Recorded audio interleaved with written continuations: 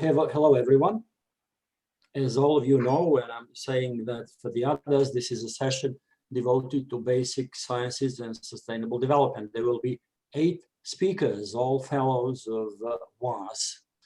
Maria de Graça Carvalho, I guess I have pronounced it correctly. Very well. Then Isaac WITZ, Juri Engelbrecht, Alexander ZIDANŠek, Angela Wilkinson, Susan Clark, Carlos ALVAREZ-PEREIRA, and myself, Nebojša, NEŠKOVIĆ. Each of us will speak 10 minutes, and the speech will be followed by a 5-minute discussion, which would include the speakers and the audience. Now, I am giving the floor to the first speaker. Maria, please. Good afternoon. First of all, thank you very much. I would like to thank the World Academy of Arts and Science for the nice invitation to be here this afternoon with you. In my address, I will focus mainly 2 topics. One is the role of fundamental research and the importance, the crucial role of fundamental research for the sustainable development and in general for the well-being of the humanity. And I will give the example of the development of the recent development of the vaccines. And I will also, of course, address the question of sustainability, climate change, environment. Then my second point that I want to also to touch even in a very short and compact way, is the question of science for policy. So the first part is policy for science, and the second science for policy, and the role and the best way to have science advice that is so important in general. And it is now also during these difficult times that we are going through, and in many parts of the world we still have systems that are not very well designed, and it sometimes is a problem. You should have sound systems of scientific advice in the different countries. So as I said, fundamental science has a crucial role to play in many immediate and medium and long-term challenge that we have to face, that we can only advance and tackle this challenge through science. I think, and is the situation in Europe, that nowadays is for the population in general, for the normal citizen, is quite evident, the role of science, because with the example of the development of vaccine, we in Europe, I was rapporteur of Horizon 2020, the program that is just finished of the European Program of Research and Innovation. And this development of the vaccine has shown that our system works well. And we were able to develop the 2 vaccines that actually were first in the market. They had co-funding from research and innovation programs in Europe. The BioNTech, since the beginning, the development of the technology. So for several framework programs, they have been funded by Europe, and more intensive during Horizon 2020. They were developing a vaccine for cancer. They had a European Research Council grant, that is a grant for very fundamental research, where there is no agenda, no priorities defined. Is the researcher that proposed their project and their priorities, and this was funded by European Research Council, and was these developments that allowed this vaccine to be redirected to tackle the question of COVID-19 in the short term. Also, Moderna was also in the beginning also financed through more innovation kind of research funds from Europe. So we are quite proud of our system of funding research, that we have a big emphasis on fundamental research without setting up the priorities and giving a lot of freedom to the research. This is also fundamental in the areas of sustainability and science in the area of climate change, both to understand what is climate change and all the complex model related with also to develop the low carbon technologies. We cannot develop the technologies that we need to fulfill the ambitious targets, because the European targets for climate change and for sustainability environment are quite ambitious and not long term. Some of the targets are for 2030, and we still need to have new technologies. The ones that we have that are not enough to arrive to these ambitious targets, and that we can only develop that if we continue to invest in fundamental research that after is applied to pilot scale, to demonstration and large scale. So sustainability is a very important point, and it can be achieved or we change our way of life, or we use better low carbon, more friendly, environmental friendly technologies. And in Europe, we defend that is a combination of both. So there is some part that we need to know in our way of life, but we should not drastically change our way of life, the mobility and the things that we like to do, and to keep that. For example, in terms of mobility, to be able to circulate, to travel, we really need better technologies that we have in the moment. So, and for these better technologies, take aviation, for example, is still a very high impact in the environment, and we are only able to solve that with more fundamental research that we are financing heavily in Europe, from the fundamental research to the more applied demonstration with private public partnerships, also financed by, in the past, Horizon 2020 until January, now is called Horizon Europe. My second point, as I told you, is also very, we have in some European countries and also at European level, a very sound system and consistent system of science advice. The models that the member states have are different. Some of them have chosen to have this science advice more concentrated in personalities, one or several chief scientific advisors, and some member states rely in academies and learned societies and scientific advice committees. And there is a third that is a hybrid model that they do a combination of both. Actually, the European system at European level is a combination of both. We have a group of 7 chief scientific advisors and an agreement with the most prominent European academies, like the EASAC, the European Engineer Academies, the Medicine Academy, the Young Academy, so ALEA,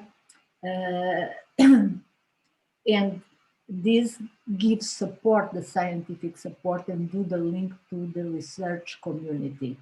And the synthesis is done by the 7 chief scientific advisors. That is a multidisciplinary body.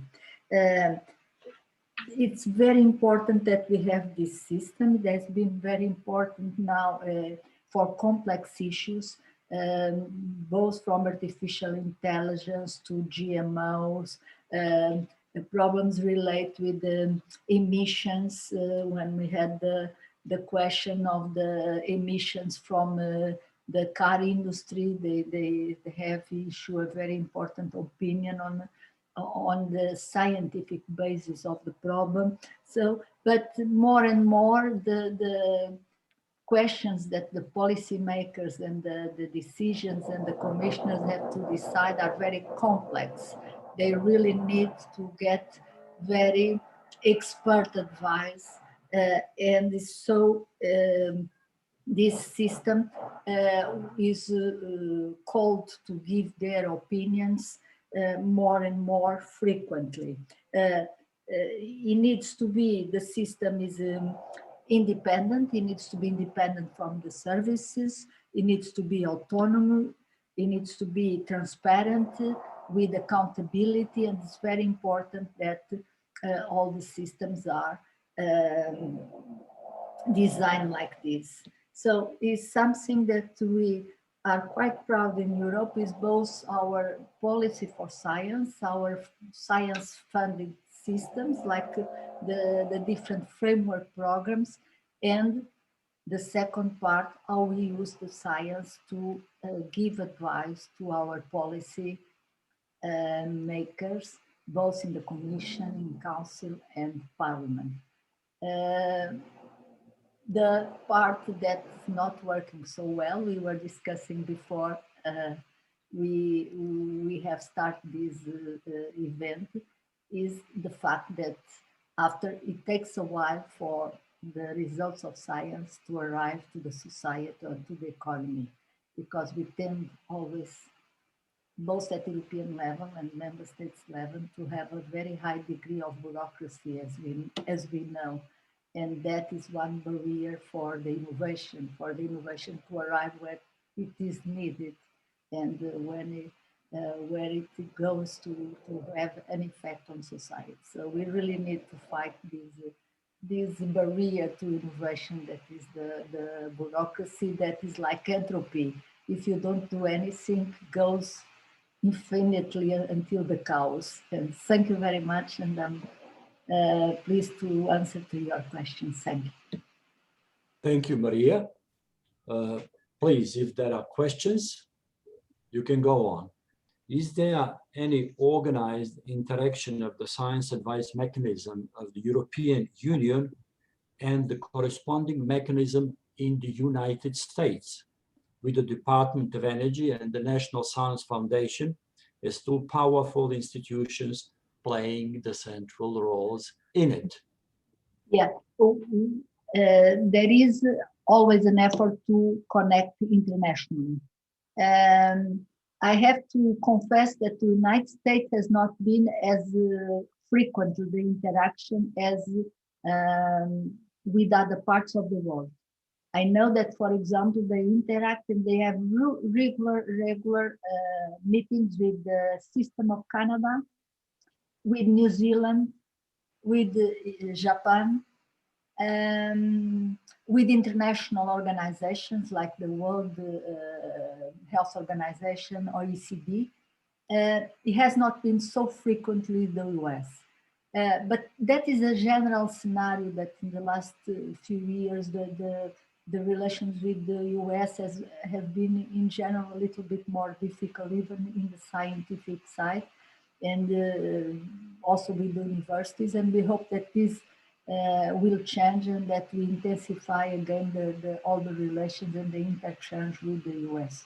But is one of the objectives is to have contacts with all the relevant institutions in the different parts of the world. Thank you. If there are no questions, let us proceed. Since we have a little delay, then I'm asking Isaac to take the floor. Isaac, please. Good afternoon to everybody. Let me start by thanking Gary Jacobs and the other organizers of this conference, and especially Nebojša NEŠKOVIĆ, for inviting me to take part in this session dedicated to basic science and sustainable development. I will shortly address two issues that might be relevant to this session. As a biologist studying cancer in its context and focusing on the crosstalk of cancer cells with their neighboring cells, in other words, with the microenvironment, I propose that the term basic sciences be, as applied to biology, at least biology, requires some redefinition. Let me give you an example which is very relevant in today's life. Messenger RNA was identified in the early 60s of last century in a study that can be definitely be described as basic science or basic research. 60 years later, this basic research became translational. Messenger RNA being the major component of the vaccine that was mentioned before, is a major component of the vaccine and is employed successfully in preventing disease caused by the coronavirus. And this will undoubtedly save many human lives. The message is clear, I think. Basic biology performed today may, and with a high probability, will be applied tomorrow in the clinic. And I'm talking now about basic versus applied or versus translational. I would propose, therefore, to expand and refine the term basic science by introducing the following three categories of basic sciences: descriptive science, discovery-based science, and hypothesis-driven sciences. I'd like to emphasize that although I'm talking from the viewpoint of a biologist, categorizing basic science into these three categories is probably applicable to other scientific domains as well. With the rapid development of science and technology, more and more scholars, including junior academics, enter the world of science and devote themselves to scientific research. The second issue I want to address is how to evaluate the quality of science research and the quality of research scientists. This issue is becoming more and more important. A fair measurement of academic standing can help scientific institutions select suitable candidates for highly desirable faculty positions, promote outstanding academic staff, provide valuable references for academic awards, and evaluate grant proposal. This issue is also highly relevant at the national or international level when evaluating the scientific standing of departments and universities. I'm convinced that we all widely acknowledge and share the basic criteria and standards for good science, which should be ethical, novel, credible, reproducible, etc., etc. What I want to discuss, or rather ask, is if and how these standards and criteria are indeed correctly evaluated by the bodies that decide what is good science, who is the candidate to be appointed to fill a faculty slot, receive a research grant, or be awarded with a prize. The major classical methods of evaluating the academic achievements of a scientist, including references from supervisors or peers, and a careful examination and assessment of her or his CV and publications. Metric methods, for example, H-index, which combines the number of citations and the number of publications, have been introduced in the last decade or so to assist these evaluations. The metric methodologies are certainly useful and objective, but have limitations. For example, a scientist who publishes a relatively low number of papers, despite the fact that these papers have a high impact, will not have a high H index. Moreover, in view of the simplicity of this method, it is tempting to use the easy and less time-consuming method of calculating the H index rather than a careful examination and analysis of publications and reference letters. There are voices who claim that more and more emphasis is put on where studies are published rather than on what is published. Publication in Ivy League journals such as Nature, I'm talking again as a biologist, so some of these names may not be very familiar with you. Nature, Cell, and Science have become the gold standard of the evaluation of biomedical scientists. This is a good criteria, but it has some limitations, even serious ones. René Sheckman, laureate of the 2013 Nobel Prize in Physiology and Medicine, wrote 7 years ago in the English newspaper The Guardian the following, and I cite: "The prevailing structures of personal reputation and career advancement, often follow the flashiest work, not the best. The incentives my colleagues face are not huge bonuses, but the professional rewards that accompany publication in prestigious journals, chiefly Nature, Cell, and Science." I've mentioned that before. These luxury journals are supposed to be the epitome of quality, publishing only the best research. Because funding and appointment panels often use place of publications as a proxy for quality of science, appearing in these titles often leads to grants and to professorships. But the big journals' reputations are only partly warranted. While they publish many outstanding papers, they do not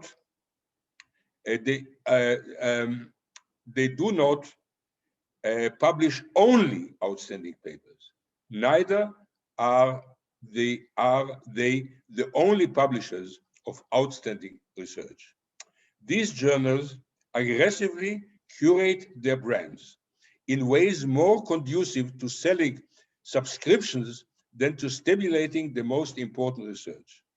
Like fashion designers who create limited edition handbags or suits, they know scarcity stokes demand. So they artificially restrict the number of papers they accept. The exclusive brands are then marketed with a gimmick called impact factor, a score for each journal, measuring the number of times its papers are cited by subsequent research. Better papers, the theory goes, are cited more often, so better journals boast higher scores. Yet, it is deeply flawed measured.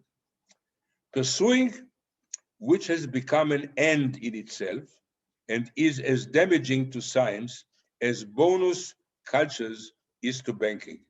End of citation. I wish to conclude my words by saying that while I do not possess and thus unable to share with you an ideal formula for assessing science and scientists, I feel that we could and in fact should pay attention to this challenge. I thank you very much. Thank you, Isaac. Please, if there are questions, go on. Okay, while waiting for the others, let me again put a question to Isaac.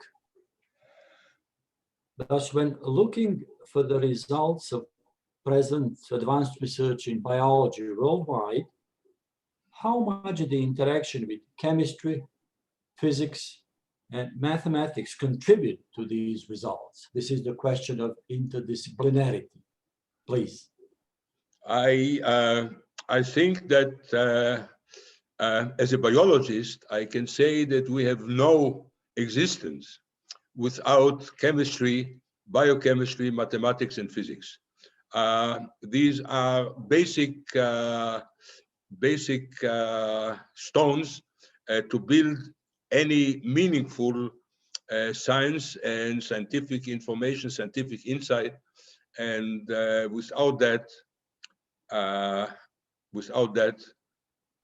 there is no science. There is no good science, or there is no good biology, I would say. If it is not interdisciplinary, that's the point. Okay, thank you very much. You are very welcome.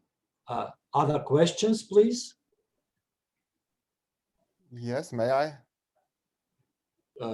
Sure. Alexander? Thank you. First, congratulations for a very nice presentation. And I am interested, following this recent example of mRNA, how useful it was. What are the next advances in basic biology that you would predict will help us improve the medicine and the quality of life, like CRISPR, and what is their potential? Well, that's the answer to this question should take a whole 45 minutes. But let's say my favorite would be studies on gene editing using a technology that was developed a few years ago. And if I'm not mistaken, was even the inventors even got the Nobel Prize already. This is a CRISPR-Cas methodology that allows people artificially to edit genes, which means that you can replace a good gene with a bad gene using this technology. I know it's very dangerous. I know that many people would hardly object, but this is not playing with life as it is. It's playing with bad cells. In my case, it would be cancer cells. And if we know the one gene, and there is no one gene that is responsible for cancer, and then one could edit and make it benign. So if you are asking me if this is in my case very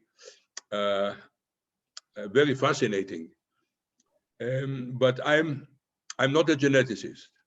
I'm doing microenvironment. Like we all are interested in the environment, there is also a microenvironment. The citation that the people asked me to write, I wrote that cancer is surrounded by the patient. So the lesson should be, you do not treat only the cancer, you treat the patient. And there is a lot, well, you know what, Alexander, if I may call you Alexander, maybe I should send you a review that I wrote about the history of microenvironment, and you'll see there my points. Thank you. By the way, it was published in Nature, so I'm sorry. Okay, thank you very much. Let us move on. And now I'm asking Juri to take the floor. Juri, please. Good afternoon, everybody. It's a really great session, and I'm really very pleased that Nebojša organized such a gathering. Well, what I'm going to speak, it's a little bit about the general problems. Actually, the outline is also somehow represented here on the slide, but actually let us start from the beginning. In the very general terms, as we all know, research means that all the activities to improve our knowledge about reality. And contemporary understanding about reality is reflected by the notion of complexity. So it means that actually that in a complex system, there are many constituents or elements or parts or whatever we call them. And what is important is the interaction between them. And this may lead to the new qualities. And the new qualities are sometimes not predictable. So that it's not possible actually to solve the problems that we face now in the world within the one discipline of research. As we know that research has been traditionally separated, there is a long history, but now we really understand the role of interdisciplinarity, including also the importance of the basic science in solving all the problems. And complexity is actually reflected also in all these sustainable development goals, all 17 of them, and these are all linked. So that actually, if you remember that there are a couple of talks recently at the conferences by the Institute of Applied Systems Analysis in Vienna, has really explained how all these goals are actually forming a network. And what we have to understand that how to really to get to the best results, we see also that some kind of problems, because usually this is a different community in the fields. And this is also the different language. It doesn't mean that it's English or French or German. It means that the community sometimes do not understand each other. And this is also reflected by Jerome Gagin that in this famous book on 3 cultures. So that was about the natural scientists, about social scientists, and the humanists, who actually understand, for example, even the truth a little bit in a different way. And this is a different mindset. And this is not just simply that we have to use exactly like Isaac has told, that whether we deal with a physical chemistry or biomechanics or biophysics, but this is a very general complex of all the problems. Sometimes, as we know, that's used such kind of complex notions like socio-economic, techno-ecological problems. This is well, in other words, the sustainable development goals. And this is the main problem is actually that it's not maybe in natural sciences to intervene some kind of fields, but also how to relate physical problems and social problems. And this is really, it's very well known that the physical and computational measures of complexity, they exist in abundance. And this can provide a starting point for creating social complexity metrics, but there is only one point that Paige has been explaining. These, all the notions from physics need refinement for a simple reason that electrons do not think. But the constituents in social systems, as we all know, that's main constituents people think. And this is the little bit different way. We have to have a sort of unified framework that usually it is said that it is philosophy. And again, this is quite interesting that Manuel de Landa, for example, has explained the ontological or epistemological problems in terms of nonlinear dynamics. It means that these notions like bifurcations or attractors or phase analysis or predictability or chaotic regimes and so on could really be understood philosophically. And this is actually the framework for these all of the problems. Now, if we come now to the general problems we face, then in physical problems, actually thermodynamics is quite important, so that it is in all physical problems, whether we know about it or not, but it is quite clear.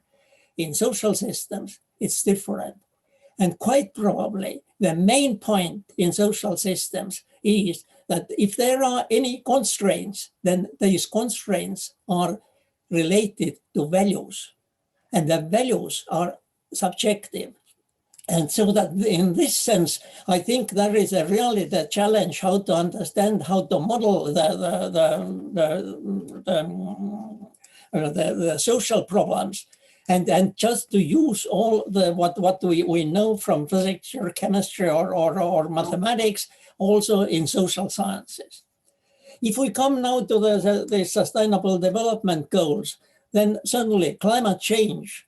That's, you all only name the other fields of research, either physics or chemistry, biology, ecology, economics, and certainly also the human values. In social sciences, it's again, it's not only psychology, but also now the computation, it's data mining, networking, and so on. What is needed in everyday life, we think about economy. Econophysics means that it's not the understanding about the economy. It's also physics needed. It's also data mining needed, and also ethics is needed. So that this is it was also said during the opening of our conference the day before yesterday that actually the mathematical economics is highly interdisciplinary. So that if I come to the end, then the key words actually for all these sort of problems are complexity and interdisciplinarity. And it means also the networked mindsets. It's not only the notions from one field to another to be used, but the mindset should also be actually justified. And I'm looking very much forward to the conference next year that Nebojša is organizing, and he also mentioned it during the opening the day before yesterday, so that the next year in Belgrade, we probably have the more possibilities just to discuss about all these problems. So I shall stop here, and I would like to apologize because I have to leave a little bit earlier for the next session, because I was invited also to the session of academies, and well, I can't help that I have to just a couple of minutes before the end, Nebojša, I have to leave. So thank you very much. Thank you, Juri, and I'll give you the floor to the others, but let me just continue with the comment, which basically goes with what you have said. It is a comment on your speech on complexity. In principle, a complex physical system can be described, this is well known, and fully understood using a classical or quantum mechanical approach, or a combination of the two approaches. But as you have said, the question is how to describe and understand a complex social system. And I would like you to give you an example. The interactions of the forms of capital are complex, meaning that one cannot expect capital as a whole to behave as a simple sum of its forms. Consequently, a change in one form of capital may produce a non-proportional change of capital as a whole. That is, the resulting change of the whole capital can be significantly greater or smaller than the proportional change. Moreover, a very small change of one form of capital might induce a dramatically large change of capital as a whole. For instance, a very small investment in research, in basic research, for example, we have heard from Isaac, an excellent example. In order to enlarge human capital may result in a very large increase of the whole capital. This is a case of the chaotic behavior. This has been my comment.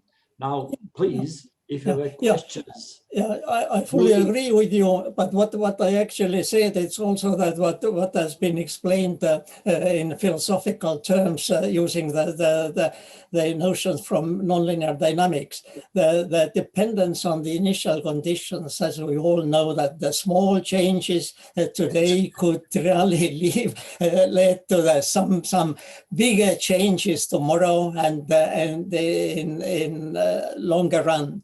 And this is exactly what is needed. That it was what Isaac has pointed out, actually, that how the grants are well evaluated and all that. And there is always a possibility that we can miss something which is very important. Why actually the COVID-19 vaccines have been developed so fast? Because the research started long time ago related to the other viruses.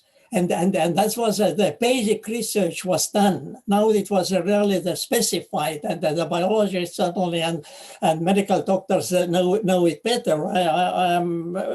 I come from physics, but this is exactly that we don't know even today sometimes what is needed for tomorrow's research. And that is why sometimes it is also said that the grant systems, that was something that Isaac actually brought out.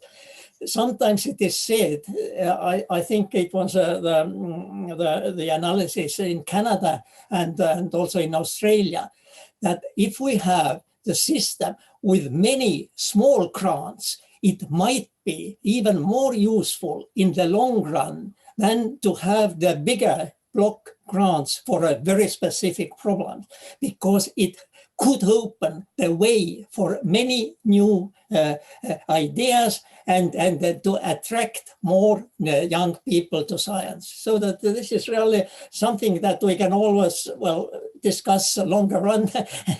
that it's extremely interesting to use these metaphors from physics to social sciences. Thank you. Yuri. Then a quick question for Yuri. Hi, Yuri. Have you got any suggestions as to why policy is so slow to pick up complexity science in any shape or form? Well, I'm not the right person actually to answer. Some 10 years ago or something like that, I was really very much involved in the science policy in Europe during all the committees of the European Union and so on. Actually, the main point is the essence of science.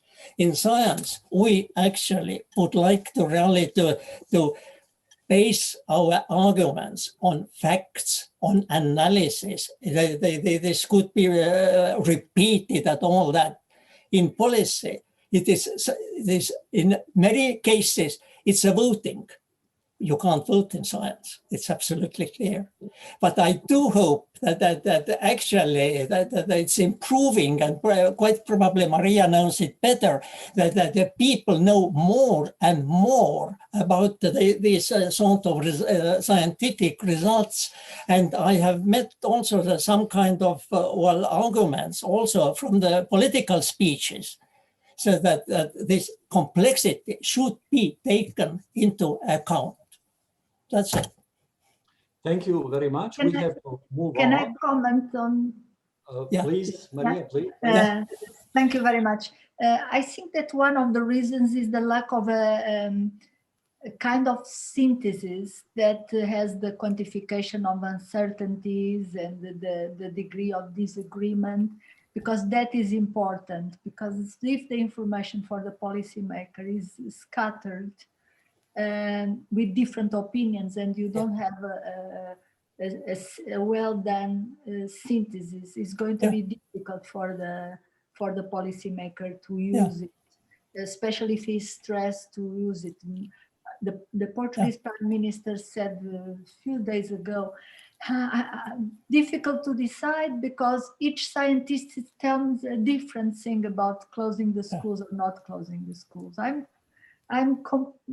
mixed up because each one has a different opinion on the subject. So what is missing is this link that if good scientific advice system can do to do the synthesis, quantifying uncertainty, quantifying errors, saying what is unknown, what is more certain, and what is still unknown. And if you don't have that, it's difficult. And after it's not very clear what is the role for many politicians, what is the role of the science advice and their place of the ethics and the political decision. I usually say you need to take science advice into account, the ethics, and after the political decision has to be based on this, transparent, explain why, but to have these two information at hand. And some of the politicians that have not understood that do they need to follow if they are afraid, so they don't ask it. To have a clarified and a clear and well explained the role of the ethics and the role of the science advice to the politicians is very important, that they know how to use it, and if they don't follow exactly, they need to explain what are the restrictions, the political or budgetary restrictions, why they don't follow, and to do it in a transparent way. But there is a bit of a mixed up on this. Yeah. A very short comment, Nebojša, if I may. The one way is certainly to have more professors in the parliament, in the European Parliament, like Maria. I think that I'm probably one of the few. Angela's question is very good. Policy is an outward expression of what we value, how we make meaning, and our aspirations. That's not science. To talk about complexity science gets in the way of how we make meaning and our aspirations. And it's often rejected, never entertained. So back to what Juri said is we fundamentally are faced with the problem of integration. And I'll speak to that in a moment. And the notion of integration, interdisciplinary are hugely conflated terms. We're not very clear on the concept or method how to do that. So it looks more like kind of alphabet soup often than clarity of goals, clarity of method, clarity of concepts, and that kind of business. And I'm going to speak to that in a minute. Yeah, well, actually, you all know who are a little bit related to complexity sciences. There is this excellent Castellani map that shows all the problems which are related to complexity ideas. You can find it, Castellani map, you can find it from the web very easily. And then you see that there are so many problems related, just starting from the Bertalanffy in the past, or Norbert Wiener, and now coming to the contemporary understanding of data mining and all that sort of computational sociology and all that. So this is really the very wide area, and we really have to go on also to educate people more. And this is something that has been done also in many universities, and I'm actually very pleased that this is going on. But this is certainly, well, we have to discuss more. I'm afraid that we haven't got time enough. We have to go on. Time is running. Exactly. Alexander, please, it's your turn. Thank you for your kind invitation. As we talk about synergy between art and science, first of all, I'm grateful to have experienced beauty of science in my youth in Einstein's beautiful equations, and then later find my second quantization. And a lot of people, physicists with very clear thoughts, in particular Ivo Schlaus, Robert Blinsk, who is on photo behind me, was also a WAAS member. And I can say that many people believe that the world needs only a handful of great minds, like Einstein and similar. who create breakthrough. The truth is, however, that we need a lot of curious minds to tackle big and small challenges of contemporary civilization, which means we need more young scientists. Like in COVID, we need the greatest challenge is how to produce vaccines faster. In science, the greatest challenge is how to add more young, bright scientists faster. We know Bill Gates, he published a new book yesterday, and among others, he emphasized the economic opportunities in clean energy and also research and development goals that can help make the energy change economically feasible. And here we could say that if we want to do that, we need more scientists, better science, smart machines. As we know, this era is actually characterized by the speed of change. Thousands of years ago, for generations, nothing would change. Then it was the change from agriculture to industrial world over a generation. But now what is happening is this really huge change followed by Moore's law is happening within the generation. So in the 10, 20 years, a lot of us are going to have not only different jobs, but different professions. This is called Fourth Industrial Revolution, convergence of physical and digital world. So that means computer science, biology, physics go hand in hand. We are talking about new concept of work. And here we are actually competing with machines that are getting kind of smarter every year, which means every year we have to know more, have more skills, more competencies. Yeah, so we are talking about life purpose, the new roles in economy. Once a person finds the life purpose, then it's easier to really contribute value. So we are talking about competences. We know that there are basic literacies which have expanded in the last 100 years, and then there are character qualities started on curiosity, which is the basic character quality of scientists. But in the middle, there are 4 C's, the competencies that we need to develop in young persons from critical thinking, curiosity, communication, collaboration.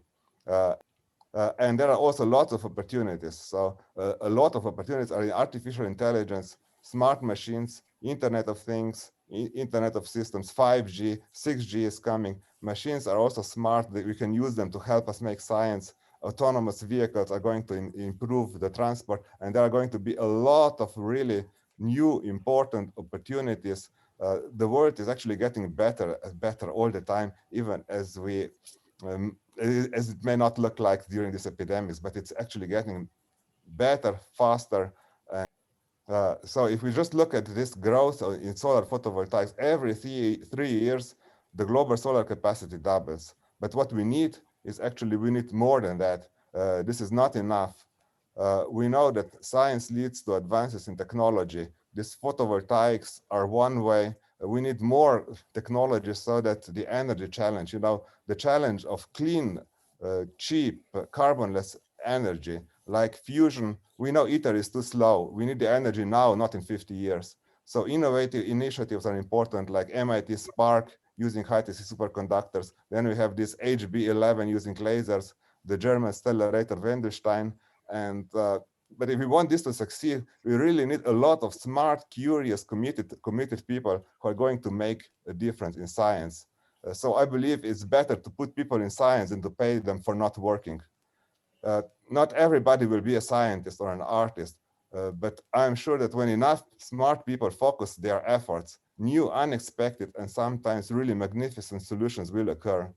And every young person who is lost in science or art is representing a significant damage for our future, including the economic future. And that's why I actually focused the last 2 decades on helping curious young minds learn joyfully to develop competencies needed for contribution to sustainable solutions. In this era that we live now of smart machines, the cost of brain-like processing is decreasing exponentially. Every 2 years, it's twice better. However, the human brains are still the most important resource we have, even more important than before. So the best way forward is actually to develop the brains so young people learn joyfully, gain competencies required for innovative solutions for big challenges. So among big challenges, I also understand new, clean, carbonless, cheap energy technologies. We know that 5G telecommunications are coming. 6Gs have been tested already at 300 gigahertz. these deep learning neural networks, they are doing magic in chess, in Go, in games. They can drive airplanes, whatever.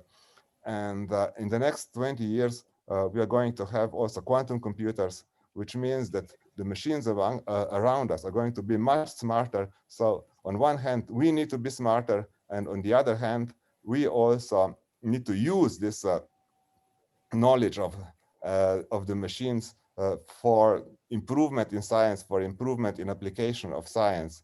So if I may propose, what I propose is to educate curious minds, as many as possible, to help smart machines solve the most important societal challenges, like, for example, development of new clean, cheap carbon energy sources and similar. We all know that nobody can predict what an individual will discover. However, we know that when we send a lot of committed smart individuals to tackle difficult challenges, we are going to get unexpected solutions, and these solutions can lead to sustainable civilization that will be enjoyable to all. So in conclusion, let's attract the young to science and art. Thank you. Thank you. Alexander, questions, please? Thank you very much, Alexander. Why, this is actually a question to all of us. Why do we talk about basic sciences, whereas a lot of the speakers talked about applied sciences, they talked about technologies and so on. So why was the term, I'm really not very clear, why was the term basic sciences chosen for this meeting? It's an excellent question, yes. And I believe that today there is not anymore so big gap between basic and applications.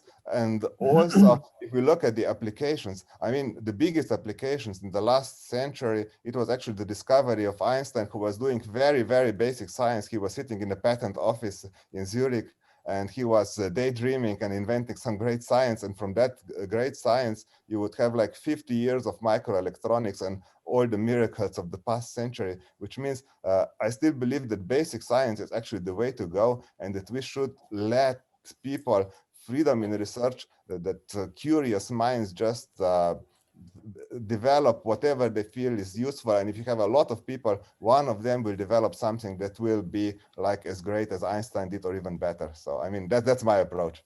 Agree with you, but we're talking now about nomenclature. I mean, as you said, everything is basic and everything is applied. No. So why not drop the word basic and just leave science? Okay, we may say that, but we are basically talking about the whole chain of research and development up to production. But this chain begins with basic research. That's why we have chosen this word, the beginning of the chain. But as we see, this discussion has been going on about the whole chain, and that has to be so. We are talking about science. That's right, science. Angela, please. I asked the same question when I was invited to talk about basic science, because I don't consider myself to be a basic scientist. I'm a physicist by training, but I work in the world of solutions and problems. Well, I think it's fascinating because it's this notion that even though we live in this world of complexity, even when we talk about the basic science as though they're the originators of something, whereas actually we discover in problems there's a knowledge gap, and then we need some basic sciences. So, you know, I'm a little bit more with Alexander in that the basic science isn't the beginning of the tree, it's part of some network, and you can discover the need for basic science in many different forms of life. Very true. Thank you. Susan, please. Yes, real briefly, to think in terms of basic science, we're using what's called a linear science to policy model in our head, which may be okay, may not be okay. So we need to carefully consider what is it we show up with to the discussions and our own conceptions. I, like Angela, am problem-oriented. Basic science sometimes helps, often it does not. Problems demand responses. Some problems require urgent responses. and a partial response is better than no response at all. So I agree with you folks that our focus should be on problem solving and not necessarily begin with basic science, even though I understand the history and significance and use of all that. The world is confronted with problems. You know, universities and the rest of us have disciplines and basic concerns. So my argument is let's think about problems. Yeah, it's very interesting. I mean, if you want to just add for conclusion, I believe all of this is very important. And in addition, it's also important to just do the basic science, which means the science that doesn't really have a purpose, but people are doing that out of their own curiosity. And that has a potential to invent solutions, maybe to problems we don't even know, that can make really huge progress forward. Like, for example, this Einstein's example of 100 years ago. So we never know when this will happen, but if a lot of people is doing science, that will happen. Agreed, agreed. Okay, let us move on. As I have said, time is running. Angela, please, it is your turn. Thank you. Well, I'm delighted to be joining you and meeting some of you for the first time. Thank you for having me and thank you for inviting me. I was born in 1961, so I feel like we're covering my history in covering the history of the last 60 years. Whatever we do, all of us will be looking back from our own perspectives and thinking, what are we talking about in science for the last 60 years? And this is just my take, is that we've moved from a world where science has been thought of as being at the top of the pile to being on tap. And I live in this world of solutions-orientated science, you know, the pull of science to for solutions. And I like Alexander's point about creativity and Susan's point about problems.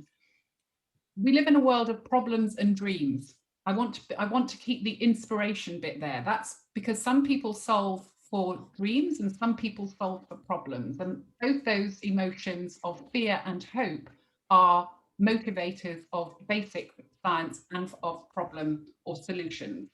So whatever your perspective is, I think the biggest change that I have come across in the last 60 years is this notion of science in solutions rather than science for science sake. So I just wanted to use that as a starting point for me.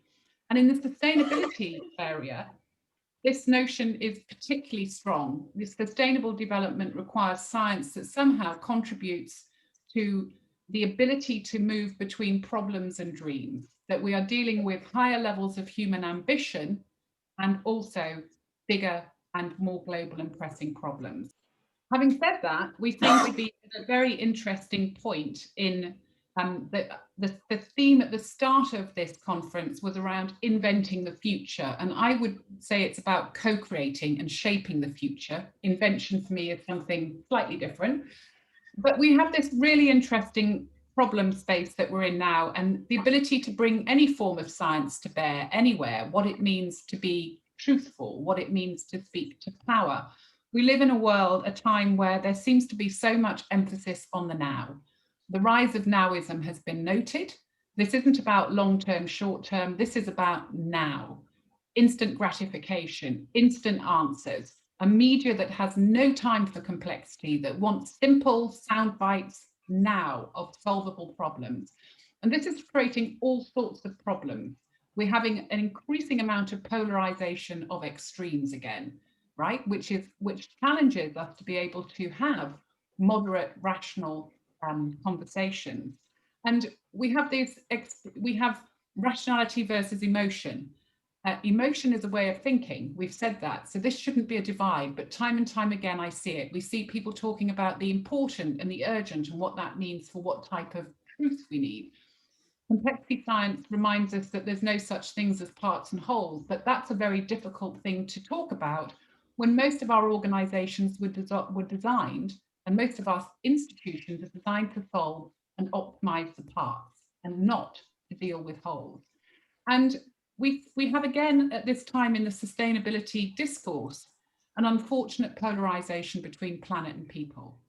I've lived through sustainability for 40 years and I thought that Brundtland had really put an end to this. But once again, I see this polarization of agendas around people versus planet. And I'm not sure how science helps deal with that, but We need to have a solution space where that artificial polarization doesn't exist.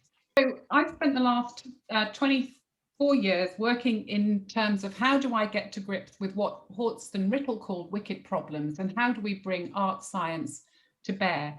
And I think that we are in an era of the return to craft, which is not about science or art, but is about practice and not letting perfection be the enemy of the good. We get better, we iterate, we keep solving things, we get better as we go. And my big platform at the moment is energy. I think energy is the ultimate connector of people's hopes and fears, of people and geographies, and is at the center of the sustainability solution space. And I think that we need to I have 4 different things in my toolbox I use for this. Now, they're not all basic science, but they do relate to basic science. We collated 14 different cases of how do you intervene in sustainability type problems, 14 case studies. We came up with 5 principles of working with realistic hope. Those principles are diversity, who's in the room, dialogue, how do they interact, experimentation, what do they do, systems thinking, the context in which they approach problems, and future framing, the purpose of creating a future that is different to the past. Breakthrough energy research is going on everywhere. It's around batteries, it's around storage, it's around the fundamentals of fission still. It will always be needed. It'll always be there. I do, however, think that we have to think about a different way of building forward together and having futures literacy added to that list that Alexander put up about those 4 C's of literacy. I think there is a real challenge. Don't give me financial literacy. I would really like futures literacy first. And then the last bit around, I think there's still a new genre. We haven't given up hope, right? That we still have these dreams of reaching for the stars. We need energy solutions which aren't about a default return to farming or plumbing. We need futures in energy which also allow us still to reach for the stars. And when you look at where the big dreamers are, the Elon Musks, the Jeff Bezoses, they are all extra off-planet, extraterrestrial energy solvers. So let me leave you with a saying. There are two wolves in a forest. One is called hope and one is called fear. Which one? They are in an eternal battle. Which one wins? The answer is, it depends the one you feed. So basic science needs to feed dreams as much as it solves problems. Energy for me is where I'm applying it. But let me stop there. Thank you, Angela.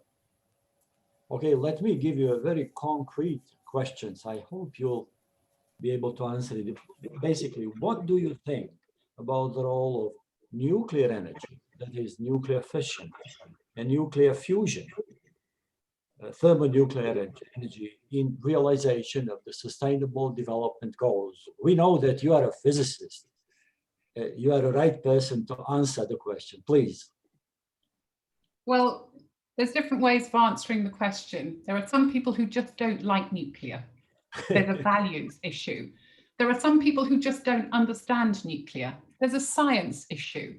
There are some people who understand that nuclear hasn't stood still and we've moved past proliferation technology, and that small modular nuclear reactors might be part of the security and the low carbon problem, right? So I think it depends on which system, what your perspective of the system of the problems that we're dealing with, and the value set that you come to the table with. I can tell you we will see a return of nuclear in Europe, despite the current ban, but it's not an issue. The research on nuclear is going on massively outside of Europe. There's a big progress in the different technologies.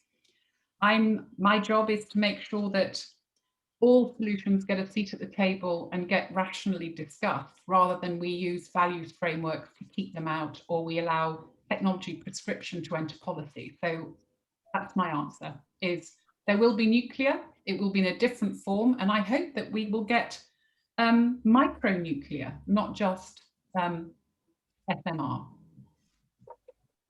Thank you. What about fusion, thermonuclear? Well, there used to be a joke in the energy world that the hydrogen economy was always 20 years away. And now we're saying the hydrogen economy is here to stay. that the technology, the economics, the interest is all there. I think we say the same with things like fusion and fission, fusion technology. It's always 20 years away, but let's hope somewhere it's getting a little bit closer, because there's no way I'm going to be terraforming Mars with the UAE government and relying on a solar panel to get me there. Thank you. Other questions, please? Yes. May I ask, Alexander? in your opinion, what is the most important role of basic science for the new energy development that is required? So what would be the biggest, I don't know, invention in basic science that would be useful for new energy sources? I think if you're a dreamer, you'd go back to quantum entanglement. But if you're a practitioner, you'd say, well, storage is the biggest game changer, so it's somewhere in materials. Thank you. And maybe in carbon removal.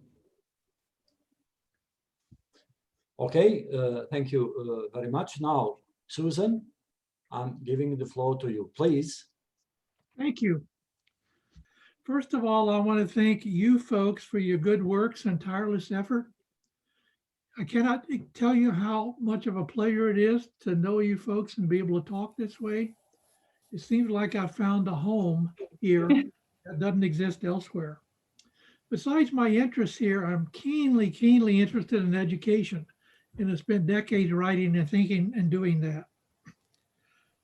So what I want to do is leave you with this. The good news is that we do have presently at hand ways to integrate knowledge and action, theory and practice, and leadership with actual problems and practical options in real-world contexts. Bad news is, unfortunately, it does not assure positive outcomes for a host of complex reasons we all know about. What I'm speaking to in terms of the good news is on page 5 of the 20-page retrospective at the bottom paragraph. There's a discussion of one of our former presidents that I will only briefly talk about, but the promise of what he had to offer is perhaps what we are all looking for.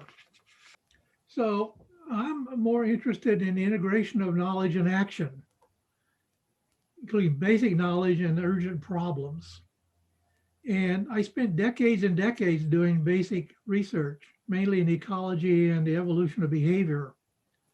But the last 4 or 5 decades, I've been interested in applied knowledge and working in real systems where there is urgency, complexity, diversity, and so forth. So you see an illustration there of the kind of policy we need versus what we have. We all realize there's a shortfall, dramatic shortfall. And I ask myself the question, will basic sciences close that shortfall? Will integration, maybe via interdisciplinarity, close that shortfall? Education, policy, so what? And that's a discussion I think we're trying to have with ourselves. As I see it, our overriding goal is to contribute to the realization of a commonwealth of human dignity that's in harmony with nature and other life on the planet. Some people call that sustainability, which is perhaps a placeholder. It's pretty clear that our individual and collective efforts are falling short of what's needed if we're really interested in sustainability. And there are many, many options I'll speak to in a moment. So our challenge, as I argue, is how can we create transformative change, period, to close that gap? So I'm most interested in integration via interdisciplinarity, which is actually a practical concept and method in real world contexts. So the key question to me is, what actions do we need to undertake to move us closer to sustainability, the commonwealth of human dignity, where all life on the planet flourishes? And I'm going to close with a few brief comments about my experience and maybe some lessons. We live in a world that's in crisis, a crisis of insecurity. There's tons of literature on that in Catamus and many, many other journals. We all know about that. And I don't want to spend too much time on that. So it's pretty clear to a lot of people, certainly since World War II, that the disciplinary structure of science is breaking down. 30, 40 years ago, we were not talking about integration and interdisciplinarity and transdisciplinarity, even though the word interdisciplinarity in America goes back 100 years, and there's a lot of literature on the need for it, and a lot of concepts and methods proposed how to do it. So I think what we appreciate today is that disciplinary knowledge, siloed in non-communicating communities, is not very helpful. So how can we mobilize knowledge in ways that allow us to address the urgent problems of our time and also create the space for basic research in the arts? So we have to ask the question, knowledge for what? It's a very fundamental question. So the former president of our society, Harold Lasswell, who I mentioned, this is his book, A Preview to Policy Science from 1970. And it's a conception and way to do integration. Many members in our society are knowledgeable of this approach and in fact are using it, like Winston Nagin. The book to the right, The Policy Process, is my modern interpretation, making that concept more accessible to students and others.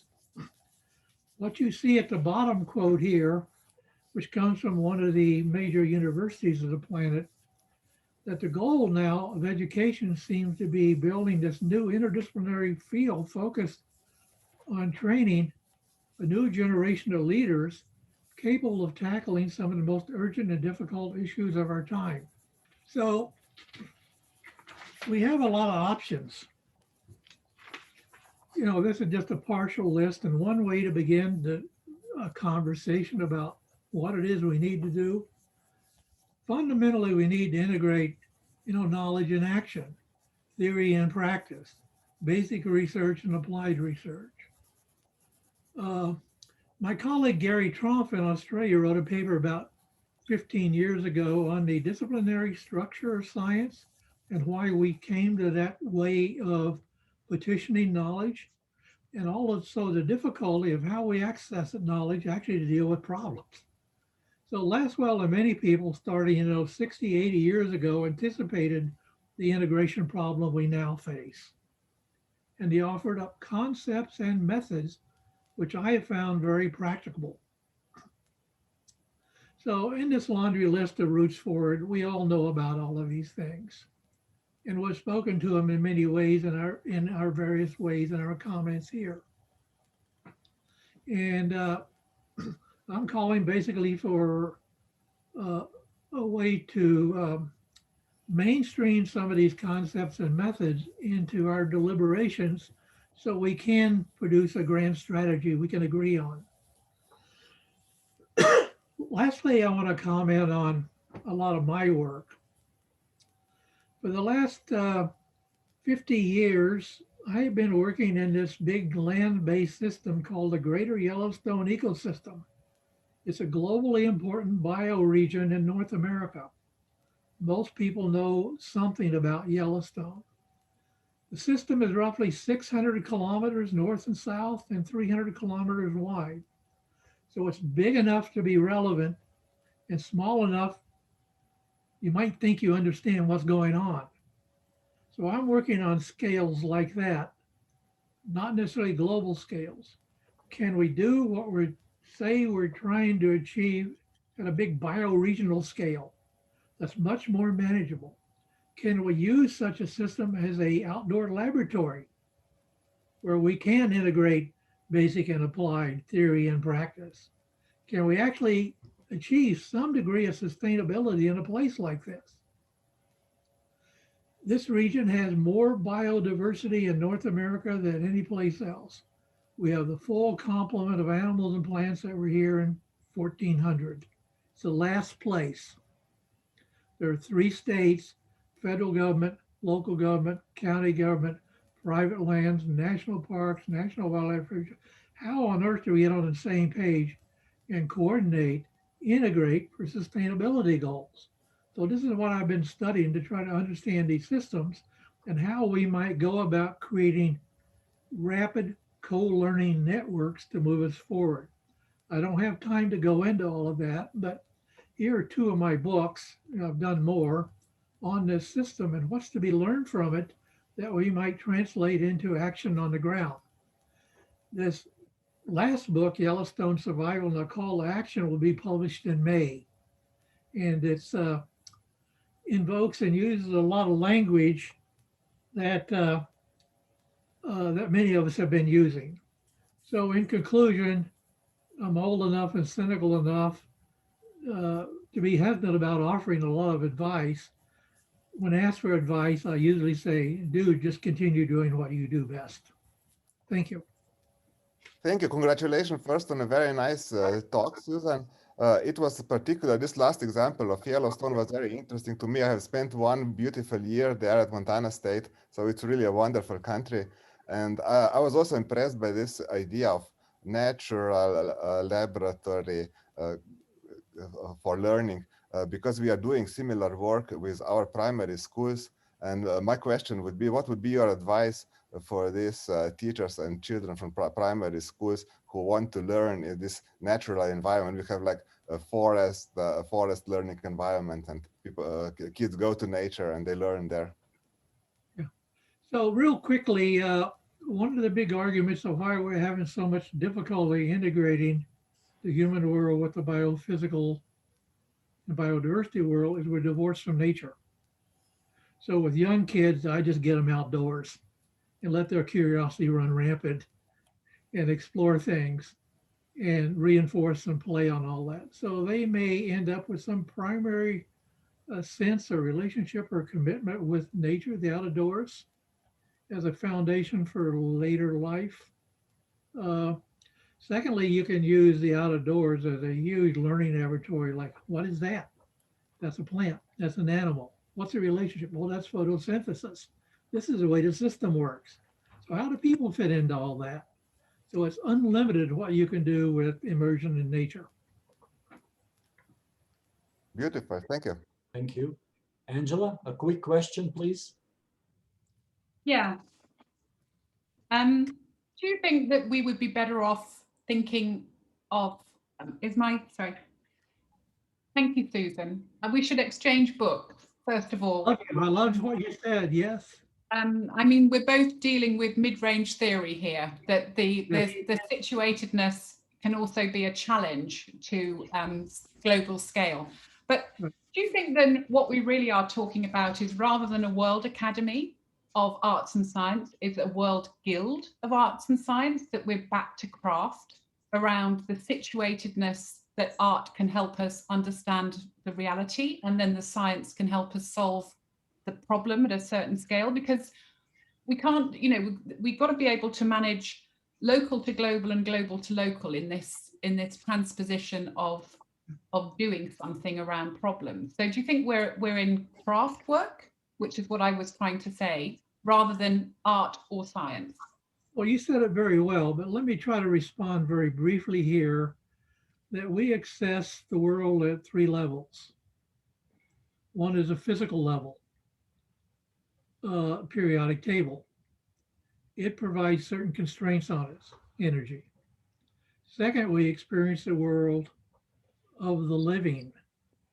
We share the planet with umpteen million species that seem to kind of be organized, at least in human terms, into things like ecosystems and so forth. It also provides limits to what we can do. The third level, which is the key level, is the human mental world, our cultural world, whereby we need to assess more clearly what's in our own head and how we show up to the physical and living world to do what with it. So your comments to me just a moment ago are about how we need to create a mental world that's not arts and sciences, but somehow embodies a much more integrated humans in the world, not apart from the world, a new set of concepts about our relationship, our living, our values, our meaning, and our future. And that's what Laswell and a lot of people actually offered us as a way to begin that conversation.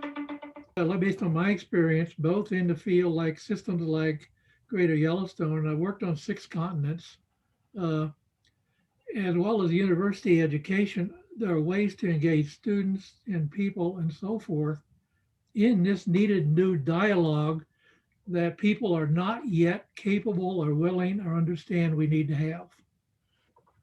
We need to go there. Well, if I had one piece of advice, I would just suggest wherever you happen to find yourself on planet Earth, find some friends like this collection of people, find some project you want to work on and ask yourself, what's the best we can do? How can we learn from this opportunity and try to make a contribution in a way that helps everything out? Let's go try to do that.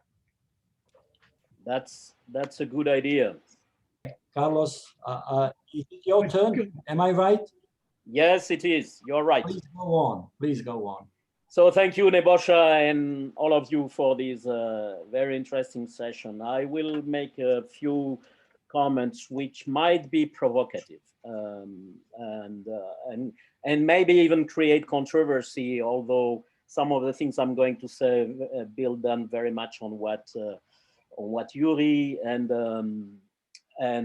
Susan and Angela already said. My take is that we have to get out of ourselves a little bit of the domain of basic sciences or sciences to question our work in a much deeper way. And this is related to the issue of responsibility, and it connects absolutely with the history of WAAS. WAAS was created because of the sense of responsibility that scientists and thinkers and some artists had after the Second World War and the atomic bomb. The atomic bomb questioned very much the identity between science and progress. And of course, there is the answer that, oh, but it's sciences and technology is neutral and it depends on how humans use them. This is tricky, of course. I mean, science and much less technology are never neutral. So we have to come back to that question of responsibility. Also because the nuclear threat is not over, as you know. I mean, it's still there. But especially because we are living in a much more dangerous of a large-scale of an existential threat, a threat of self-destruction, which might be more subtle, but in the end is much more dangerous. And this is the analogy would be, that story about the frog in the pot. If you throw a frog on boiling water, she will jump and survive. But if you have her in the pot warming slowly, she doesn't notice and she dies. The extraordinary paradox is that we notice that we are going into disaster and we don't jump. So maybe our capacity to learn, our capacity to know at a conscious level is great, is fantastic, is huge, and we have developed a lot of knowledge. But learning is not the same as knowing. The gap between the two is the capacity of changing patterns based on what we know. And we are not learning. We are not, sorry to be provocative, we don't live in a learning society.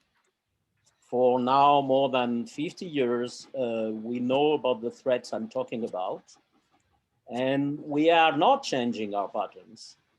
And so let's recognize as a starting point that sustainable development is not happening, sorry to say. And I'm not alone in saying this. You know that the UN Secretary General Antonio Guterres said early December that humanity is waging a war on nature, and it is a suicide. So this is recognized at the highest level, multilateral level. So where is the issue here? It's not an issue of basic sciences. The issue is somewhere else.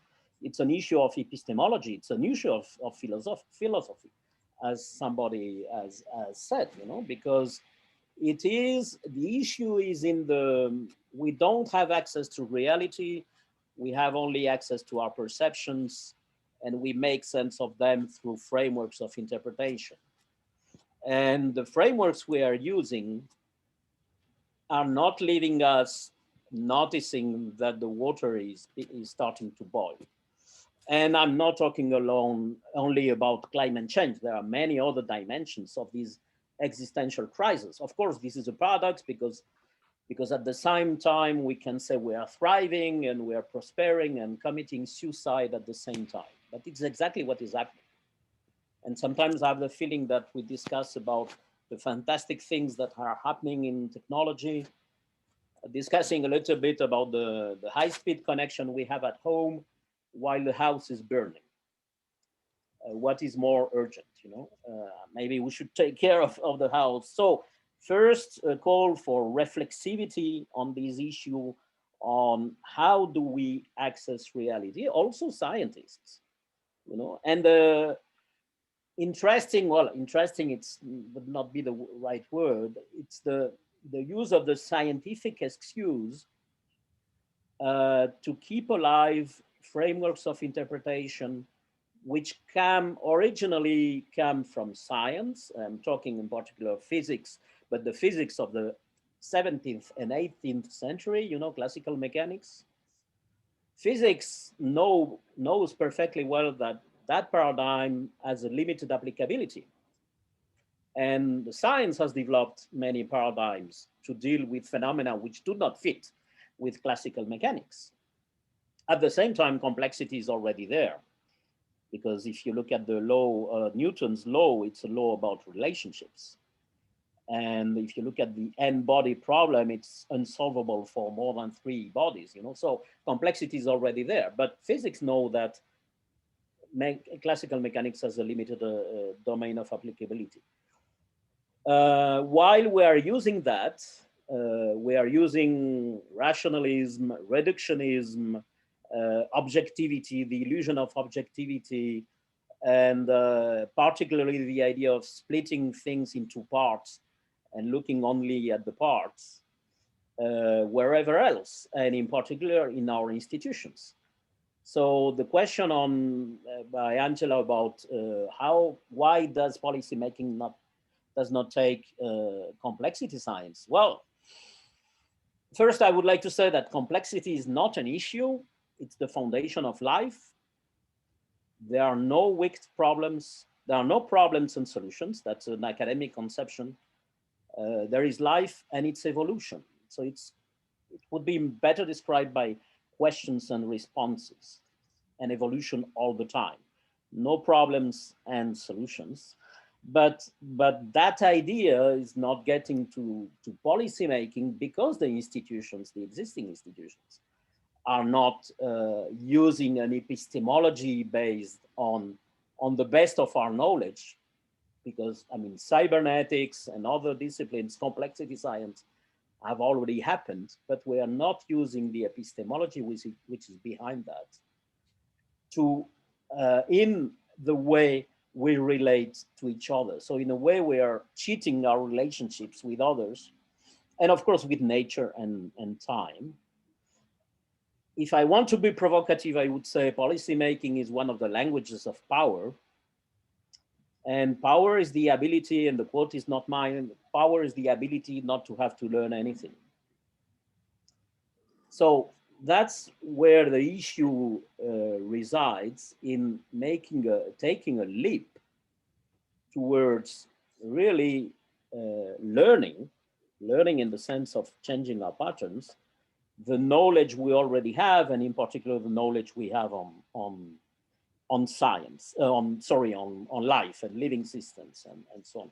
While, you know, I mean, we cannot ignore the fact that to a very large extent, the history of science and technology has been driven by the history of warfare and control, and the intentions of control. And it's still the case. We see that happening all the time. So I would say that this kind of approach of let's get out of this epistemology of classical mechanics into others, into worldviews, an epistemology based on separation and sort of impossible to avoid that this perspective of separation leads to focus on competition and scarcity. Interestingly enough, there are other worldviews in the world which come from the origins and from indigenous cultures. And you have in Africa, the worldview of Ubuntu, I am because you are, is still alive. So the worldviews which are not scientific in the way we use the word science are still very much alive. And it happens that they seem to be closer to how life works. And to be honest, again, to be a bit of a lesson of humility, if we want to talk about resilience to the conditions we have created, let's look into indigenous communities. They have been there for thousands of years. If we don't fundamentally change our way of doing, we will be over maybe in 1 century. So our resilience is much worse than theirs. So that's my provocation to you. And this provocation is associated with one in which I would say we need to rethink how the processes of science are embedded in society, organized and socialized. The institutions where science and knowledge is produced were designed in different times. The modern universities still follow the model of the end of 18th, beginning of the 19th century, and the organization of the research and innovation activities that follows the model of, after the Second World War, the model proposed by Vannevar Bush in the USA. This is a model designed to produce certain results, and it did. Economic development, industrialization, and control. And it did, but what we thought were collateral effects, we didn't care at all about them, by the way, at the time, but are not collateral effects, because the way we think and the way we research and the way we develop technology is far away from how nature works. So I would propose to reframe science and technology as they are done, pretty much along the lines that Angela and Susan have proposed. And in particular, I connect very well with what Susan exposed, that I think we have to put upside down, especially regarding applications and the integration of knowledge and action, which is upside down is the questions which are relevant are the questions relevant to people in places facing real life issues, not the questions which are relevant for the academic world to get one more paper published.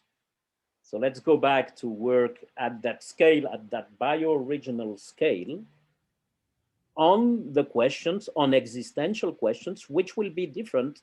I mean, the principles of life might be universal, but the expressions of life of an infinite diversity, because they are always local and very different from one context to another. And I stop here. Okay, Susan, please. Yeah, in the spirit of dialogue here, playing off several things that were said, both literally as well as in the subtext. Back to Angela, I don't see we have two wolves, fear and hope. I see we have two fears, or two wolves, sorry. One, irrational fear and pragmatic hope. Not just blind smiley face hope, but pragmatic hope. Pragmatic hope is where you understand and try to work real problems. So to me, the quest before us is how do we better understand human life and our relationship with each other in the environment. And that includes all other life on the planet. And that scientific and policy road is largely untraveled. We are the pathfinders on that road. We should take both pause and confidence in being leaders and trying to move down that road for the betterment of all. It seems to me if one wants to take a mid-level and a philosophic level, there's two sets of questions we're trying to really deal with that we often don't talk about. The mid-level is 3 questions. The philosophic level are 5 questions. Functionally, we're trying to deal with these questions, but we often don't recognize it or admit it or talk about it. The 3 questions are, what's nature? Who are people? And what should the relationship be? That's what we're struggling to find out. The 5 philosophic questions, which we've been talking about here and dancing around, first is what's reality and truth? Second is, as Carlos said, how do you know? Epistemology. The third is, what's your sense of what's right? The fourth question is, what's your sort of integrated sense of what's going on? And the fifth question is a pragmatic question. What, if anything, we should do? So in my mind and my window on the world, we're fundamentally dealing with these 3 and 5 questions at base. And we often use our conventional language, concepts, disciplines, interaction to talk to one another. But fundamentally, we're trying to get at answers to those 8 basic questions. That's a response. That's looking for a response. Angela, please. Okay. You are on mute, Angela. Unmute yourself. I'm moving to unmute myself. I'm intrigued that you started off with a boiling frog myth, which isn't true, and you referred to the frog as a woman. So I'm going to let it go. If you want a bit of provocation, I'm willing to work out why we put women into boiling water all the time, but we can take that as a separate conversation. I think that I want to pick up the provocations are very similar. One of the challenges I think we have, I talked about futures literacy. I want to know how, I think there's an absolute dearth. It's not science and it's not art, but the ability to intervene in a way to facilitate the future that brings together intersubjective judgments between the social complexity of the world that allows us to pick up science is a real problem. And people are very dismissive of the concept of facilitation. That's what you use when you haven't got smart people in the room, because smart people can sort their own problems out. Well, they can't. I think there's an absolute dearth of ability to facilitate big, messy problem change. And that's what we need as an interlocker. That's why I refer to this as craft. So Carlos, I'm going to ask you, is it an issue of craft? I actually like your formulation and this idea of let's come back to craft. Because I think we are at a state where we don't have the roadmap to the future. Mm-hmm. And coming back to what Juri explained about complexity and nonlinear dynamics, the metaphor would be we are at a critical point, where bifurcations happen and new configurations of relationships in society may happen at that critical point, but you cannot plan that from when you are on this side of the critical point. You cannot plan what will happen on the other side, Many times we recognize complexity and a second later we want the 10 steps, a linear plan with 10 easy steps to get where we should be. Doesn't work like that. It's a process of learning in which the most important thing is let's work together and let's take care as a craft, if you want, of the way we work together. Mm-hmm. And that's a fundamental issue, I think, because in order to do that, I think we have to get out of the scripts we already have. So I am involved in work that we do with Nora Bateson, who is also fellow of WAAS, She created formats. You mentioned facilitation. I think the most urgent thing we have to do is to have conversations where people get out of their scripts and start sharing as people and creating new conversations, you know, and start sharing as people the fact that we are all lost. Sorry. And it's worse to be lost and think that you have the good roadmap. You will probably end in a worse place, especially if you go fast. You know, Gandhi said decades ago that speed is not relevant if you are going in the wrong direction.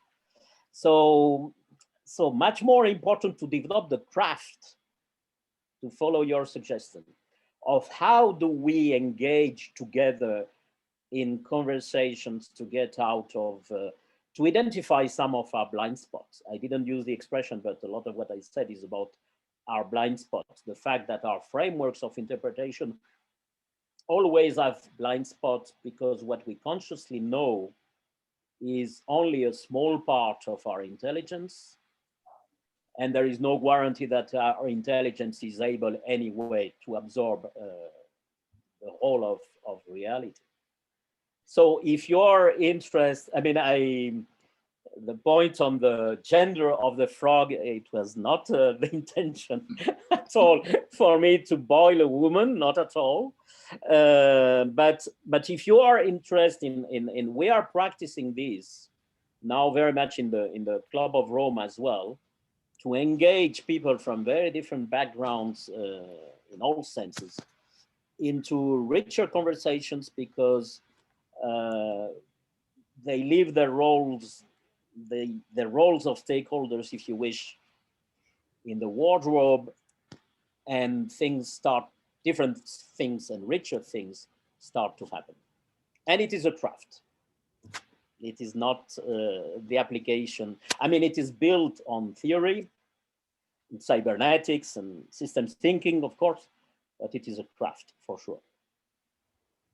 Alexander, you have to say something?